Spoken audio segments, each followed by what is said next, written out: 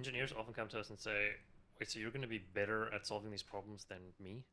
And they spent years at these companies, and we don't claim that. We just see there's so much low-hanging fruit in terms of automation that we could automate away for you with these agents, and then just lay up or tee up like all the key things you need to make the decision. So we want to lean into their domain expertise. They are the experts, and we just want to make it easier for them.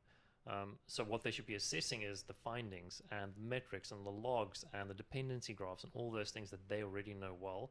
We don't want them to have to understand the internals of our product. I think that's a failure. But also, because we're not a synchronous flow, you're basically looking like the AI is leading itself to an answer, and it'll bail if it can't find something and continue up to a certain point if it is on the right path. But for the most part, you're just producing artifacts that they can understand and intuit already. The stuff that takes a long time is just maybe switching from one tool to the next tool, gathering the data, trying to put two and two together. And then once you have a picture, you can start to really use your expertise.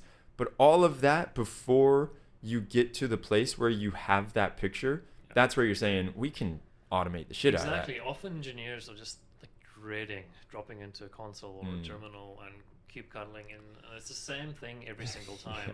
And there are, of course, black swan events and like really tough problems that maybe even an AI can't even solve for you. But there's so much gunk and like base mechanical rote work that engineers have to do. And remember, they have a full-time job in a lot of cases to write software to actually make the business successful. It's not just debugging and routine investigations in the background, right?